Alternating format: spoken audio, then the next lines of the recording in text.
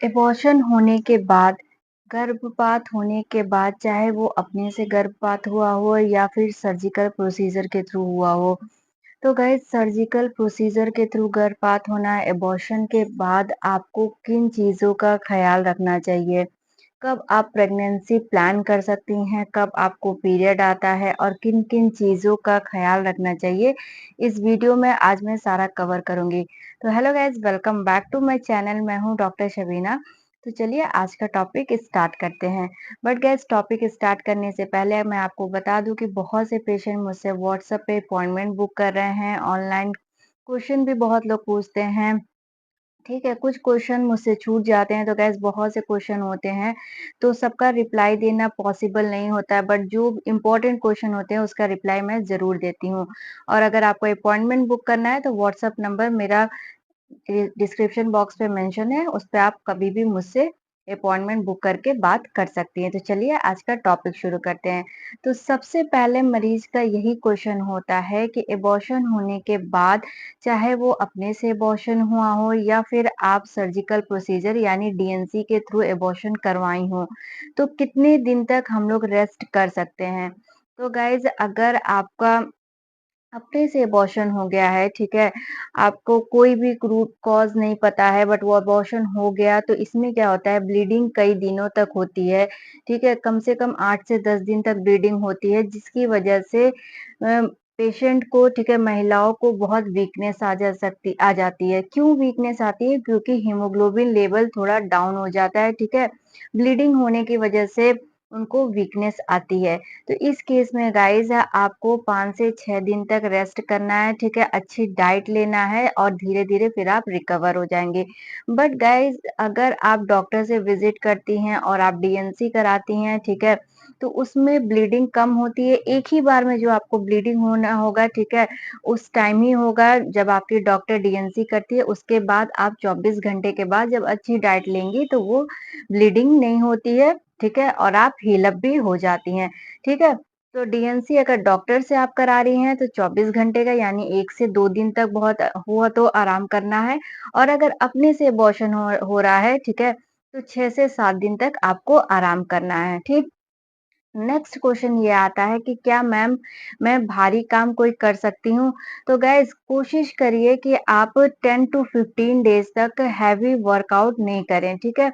क्यों? क्योंकि गाइज़ क्या होता है, डीएनसी करने के बाद, ठीक है, बच्चेदानी ओपन रहती है, ठीक है? ओपन होने की वजह से बैक्टीरियल इन्फेक्शन होने के चांसेस रहते हैं। आपको एंटीबायोटिक्स चलता है ताकि कोई इन्फेक्शन ना हो, ठीक है? थोड़ी आपको स्वेलिंग आ जाती है बच्चेदानी पे। आप अक्सर देखी होंगी डीएनसी करने के बाद बहुत सी पेशेंट कंप्लेन करती हैं कि मुझे लोअर एब्डोमेन पेन हो रहा है, ठीक है? तो वो हल्की-फुल्की स्वेलिंग आ जाती है। जब हम लोग रेगुलर मेडिसिन देते हैं पेशेंट को तो वो हील अप हो जाती हैं 6 टू 7 डेज़ में। तो इसलिए हम लोग काम के लिए भी थोड़ा-सा हैवी काम के लिए अवॉइड करने को कहते हैं।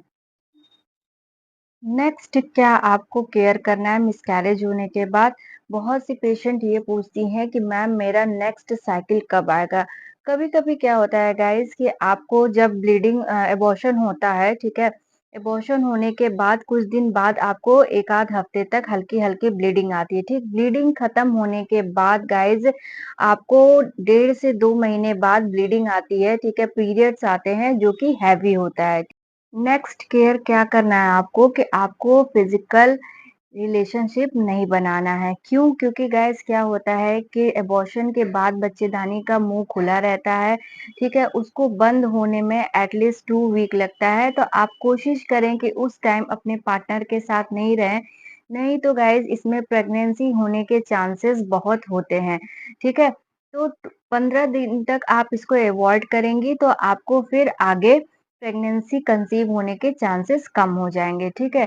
बट गाइज़ इस टाइम आप टैम्पून्स भी नहीं यूज़ करेंगी या फिर कोई भी आप वेजाइनल प्रोडक्ट जो भी यूज़ करती हैं, ठीक है? आइदर आप पैड यूज़ करती हैं ड्यूरिंग पीरियड टाइम, ठीक है? या फिर आप टैम्पून्स यूज़ करती हैं, तो इसको भी आपको यूज़ नहीं करना है।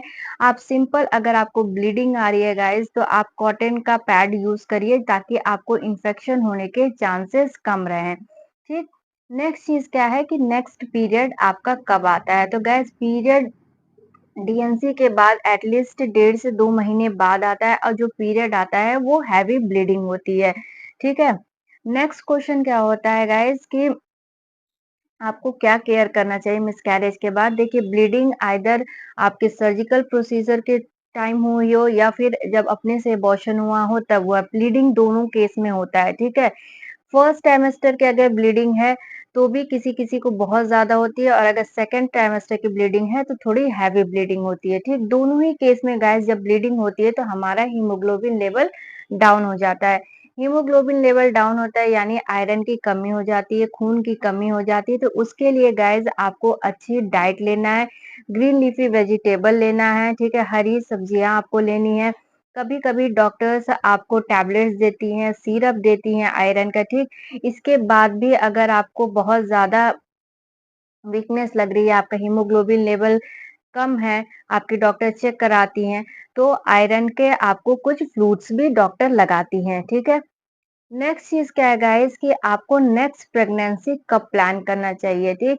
तो गाइस आपके बॉडी में डीएनसी होने के बाद vitamin B 12, folic acid, calcium, iron सब चीज़ की डेफिशिएंसी हो जाती है। तो जब तक नहीं आपकी बॉडी में अच्छे से रिकवरी हो जाए, हीमोग्लोबिन लेवल मेंटेन हो जाए, ठीक है, विटामिन D3, विटामिन बी 12 के सप्लीमेंट्स जो आपकी डॉक्टर दे रही हैं, उसको आप अच्छे से लीजिए। जब आप हेल्दी फील करें तो एटलीस्ट 3 मंथ का आप गैप कर सकती हैं। 3 मंथ गाइस मिनिमम है कि अबॉर्शन के बाद आपको गैप देना चाहिए नेक्स्ट प्रेगनेंसी प्लान करने के लिए। लास्ट और बहुत ही मोस्ट इम्पोर्टेंट केयर आपको करना है, ठीक है? जिसकी वजह से भी बच्चा खराब हो जाता है। अगर मदर का ब्लड ग्रुप नेगेटिव है और फादर का ब्लड ग्रुप पॉजिटिव है, तो इस केस में भी गाइस बच्चा एबॉर्ट हो जाता है। बट गाइस क्या करती हैं बहुत सी पेशेंट कि इसमें इंजेक्शंस नहीं लेती हैं, ठीक है? एंटी डी के इंजेक्शंस इसमें लगते हैं, तो अगर आपका बच्चा सेल्फ एबॉर्ट हुआ हो या फिर सर्जिकल प्रोसीजर के थ्रू हुआ हो, डीएनसी आप कराई है, तो भी गाइस एबॉर्शन के बाद एंटी डी के इंजेक्शंस आपको लगवाने हैं, ठीक। बहुत सी पेशेंट मुझसे ये कहती हैं मैम मुझे कोई भी दिक्कत नहीं हुआ, मेरे 1-2 बच्चे सही हैं, पहली बार ऐसा हुआ कि ये बच्चा खराब हुआ है, तो मैं इंजेक्शन कभी भी नहीं ली हूँ। तो गाइस अगर आप इंजेक्शन नहीं लेती हैं तो उस केस में क्या होता है गाइस कि आप नेगेटिव हैं, ठीक है, आपका ब्लड ग्रुप नेगेटिव है और अगर बच्चे का ब्लड ग्रुप पॉजिटिव हुआ, ठीक है, जो एबॉर्ट हुआ है, तो उसका सेल्स हमारी बॉडी में एंटर कर जाता है और हमारे अंदर एंटीबॉडीज डेवलप होने लगती हैं।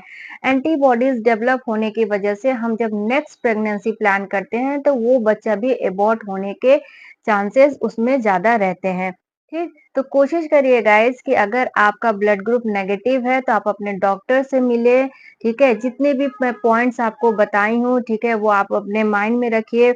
मिसकैरेज होने के बाद अपनी केयर करिए। नेक्स्ट प्रेगनेंसी प्लान करने से पहले अपने डॉक्टर से मिलिए, सारे ब्लड टेस्ट कराइए, ठीक है? क्यों आपका बच्चा एबॉर्ट हुआ इसका रीज़न जानिए, ठीक है? और 3 मंथ तक अपने आप को जब आप हील कर लेंगे अच्छे से, ठीक है? By exercise, by yoga, by rest, by diet, तो उसके बाद ही फिर आप नेक्स्ट प्रेगनेंसी प्लान करिए। तो गाइज़ ये था मेरा आज का वीडियो। इस वीडियो से रिलेटेड या फिर अदर वीडियो से रिलेटेड आपके मन में कोई भी क्वेरीज़ हो तो आप मुझे कमेंट सेक्शन में पूछ सकते हैं। मिलते हैं नेक्स्ट वीडियो में, बाय बाय।